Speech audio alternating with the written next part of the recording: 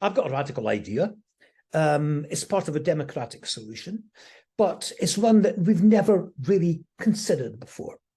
And it is this: to involve children now in shaping this country, in fact, every country. People think children are not equipped to understand the world. But let me tell you, when you speak to primary age children, they will tell you that the pain etched in their parents' face because they don't have enough money is a reality for them. When they leave the house and they have to wait in the pouring rain for a bus that doesn't arrive for 20 minutes. When they don't have a coat to wear to go to school in the pouring rain. When they're going short on food. But that's just one end of the spectrum. The other end is children who are very privileged and have everything at their disposal.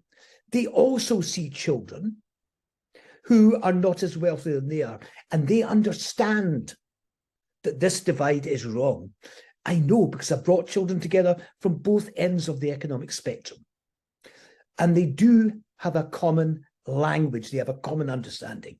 So if you don't think this is a potential reality, let me just explain, first of all, that some companies have been doing this for quite a long time. They bring young children in to look at a challenge and to bring fresh eyes to it. One such company was ScotRail, which is now the Scottish nationalised rail network, but then it was under private ownership. And they brought children in to look at a challenge which was causing them a bit of anxiety. And it was that when the train between Edinburgh and Glasgow reaches its destination at both ends, the cleaners have a really difficult challenge to clean this train as people are waiting outside, desperate to get on for the train to go back to the other city.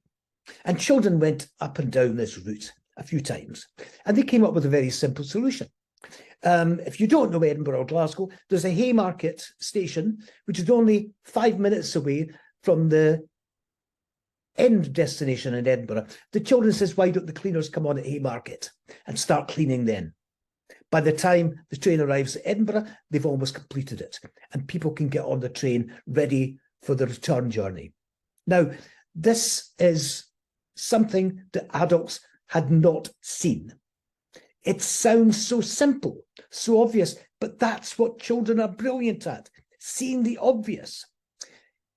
In India, in a city called Ahmedabad, there's a head teacher called Kiran Birsethi, who in her school, Riverside School, wanted to take a revolutionary approach to education because she'd been dissatisfied with the way her own children had been educated. And she had this idea that at 7, children have got this immense capacity, not only to understand the world, but to do something about the challenges that the world faces. So she set up this I Can program. And it started with 7-year-olds in her class simulating the plight of child labour. They were sitting rolling joysticks. And by 2 hours, their backs were sore and they all wanted to give up.